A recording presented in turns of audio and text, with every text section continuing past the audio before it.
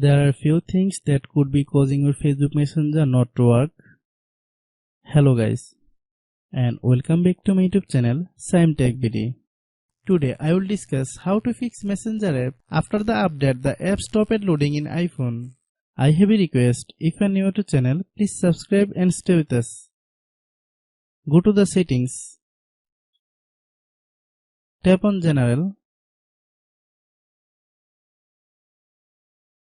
Click iPhone storage.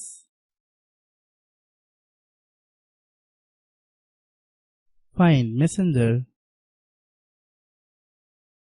Click Messenger. Then click Offload app. Click Offload app.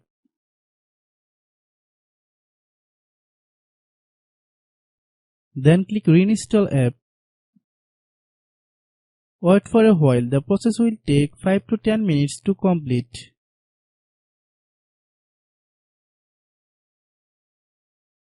Then open the App Store.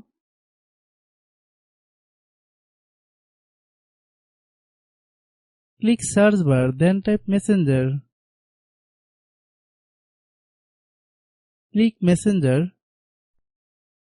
If you get any update, please update. After following all the steps, restart your phone.